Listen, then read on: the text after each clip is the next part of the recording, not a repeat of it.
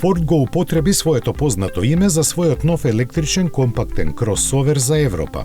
Овој впечатлив теренец со средна големина е резултат на пошироката соработка помеѓу Форд и Volkswagen за електрични и комерцијални возила.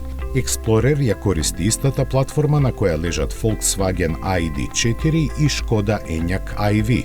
Можеби на таа основа почива амбицијата Ford да достигне продажба на 600.000 единици годишно во Европа до 2026 година со вкупно 9 модели на електрични возила.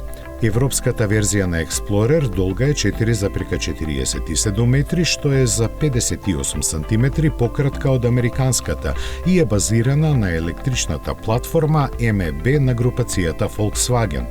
Таа ќе се произведува во фабриката на Ford во Келн, а се планира втора верзија која би требало да го носи името Explorer Sport. За период од 6 години се планира да се произведат 1,2 милиони примероци од двата модели. Форд најавува дека најевтината изведба ќе чини помалку од 45.000 евра. Explorer EV не е само Volkswagen ID4 со различна значка. Вложени се напори да се истакне со надворешниот дизајн кој е масивен без да биде претерано агресивен. Тоа нагавестува нов изглед на моделите на Форд во Европа. Во внатрешноста доминира големиот вертикално поставен 14,6 инчен екран на допир, решение веќе видено кај Mustang Mach-E со еден голем исклучок.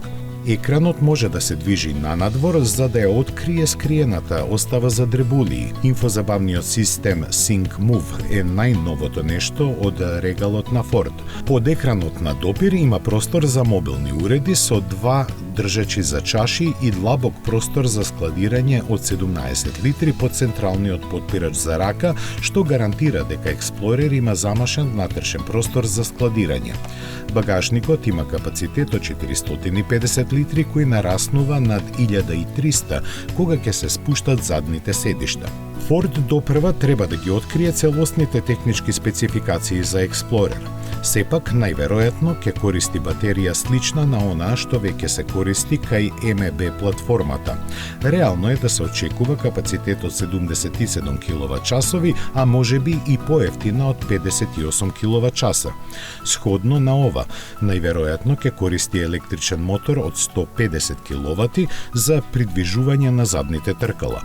Нормално е да се очекува верзија ST, која би имала два мотори кои нудат зголемени перформанси и погон на сите тркала. Форд најави дека полнењето од 10 до 80% од капацитетот би траело само 25 минути. Ford Explorer ќе се појави на пазарот на есен.